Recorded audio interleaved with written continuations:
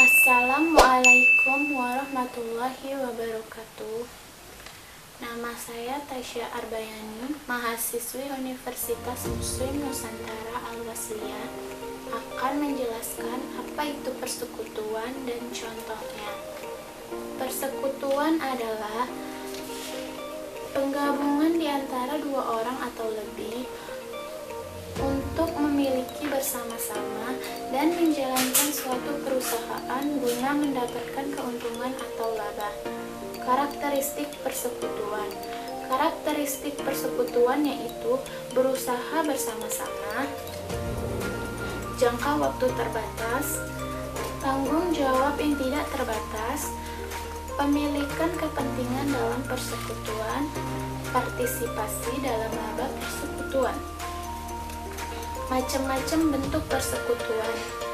Macam-macam bentuk persekutuan yaitu 1. Klasifikasi atas dasar jenis usaha, persekutuan perdagangan, dan non-dagang. 2. Klasifikasi atas dasar bentuknya, persekutuan umum, terbatas, dan perusahaan-perusahaan saham patungan. Isi perjanjian persekutuan. 1. Nama persekutuan, pihak-pihak yang tersangkut dalam persekutuan, dan lokasi persekutuan. 2. Tanggal berlakunya pendirian persekutuan dan jangka waktu kontrak. 3. Besarnya investasi dari masing-masing anggota. 4. Hak dan kewajiban anggota. 5. Buku-buku catatan dan laporan keuangan. 6. Pembagian keuntungan. 7. Hal-hal khusus yang menyangkut masalah pembebanan dan penerimaan imbalan jasa tertentu di antara para anggota, penarikan kembali modal yang disetor. 8. Asuransi jiwa kematian salah satu anggota. 9. Penyelesaian apabila ada perselisihan dan lain-lain. Hal-hal yang menyebabkan terjadinya pembubaran persekutuan adalah 1. Pembubaran karena tindak sekutu meliputi A. Berakhirnya jangka waktu yang ditentukan dalam perjanjian atau tercapainya tujuan. B. Persetujuan bersama. C. Pengunduran diri seorang sekutu. 2. Pembubaran karena ketentuan undang-undang. 3. Pembubaran atas dasar keputusan pengadilan. Persoalan akuntansi dalam pembubaran persekutu adalah A. Masalah masuknya seseorang atau lebih sekutu baru. B. Pengunduran diri seorang sekutu. C. Kematian seorang sekutu. D. Penyatuan dan atau perubahan bentuk badan usaha. Seseorang yang akan masuk ke dalam persekutuan dapat memasukkan modal dengan cara A. Membeli sebagian atau seluruhnya dari bagian modal seorang atau lebih sekutu lama. B. Menanamkan kekayaan pada persekutuan sehingga kekayaan persekutuan bertambah. Pembukuan di dalam persekutuan terbatas. Pada pemindahan saldo rekening modal pihak penjual ke rekening pihak pembeli. Transaksi pembayaran antara pihak pembeli kepada pihak penjual merupakan transaksi pribadi pemilik dan tidak perlu dicatat oleh persekutuan. Oke, langsung saja saya akan memberikan contohnya. Contohnya adalah Della dan Dila sepakat membuat persekutuan. Della memiliki sebuah perusahaan yang sudah berjalan. Dila bermaksud menanamkan modal sebesar 150.000. Berikut ini adalah neraca perusahaan Della sebelum bergabung.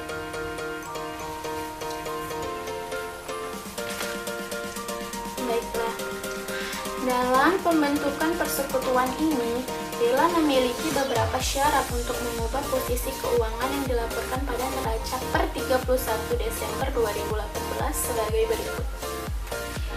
A. Uang kas diambil seluruhnya oleh Della. B. Piutang sebesar 4.000 dianggap tidak tertagih dan harus dihapus. Cadangan kerugian piutang ditetapkan 4% dari saldo piutang yang baru. C. Persediaan barang yang ada dinilai kembali berdasarkan harga pasar sehingga nilainya 106.400. D. Nilai pengganti mebel dan alat kantor sebesar 60.000 dan telah disusutkan sebesar 50% dan dicatat berdasarkan nilai sehat sebesar 30.000. E. Kepada Andi diberikan goodwill atas reputasi perusahaannya yang dinilai sebesar 40.000. Jika penyelesaiannya 1. Jika persekutuan yang baru dibentuk melanjutkan buku perusahaan terdahulu perusahaan Della, maka dapat disusun jurnal sebagai berikut. A. Mencatat pengambilan uang kas oleh Della.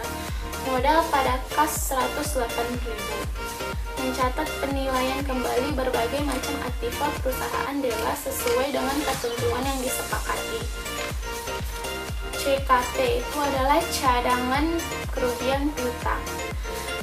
Itu kenapa dapatnya 1.440 itu dari 40 kurang 4.000 sama dengan 36.000 dikali 4% sama dengan 1.440. Persediaan barang dagang 50.000, akumulasi penyusutan mebel dan alat kantor 22.000, goodwill 40.000, padat piutang dagang 4.000, mebel dan alat kantor 45.000, modal Adi 6, modal Della adalah 64.440.000. Mencatat setoran modal Dilla.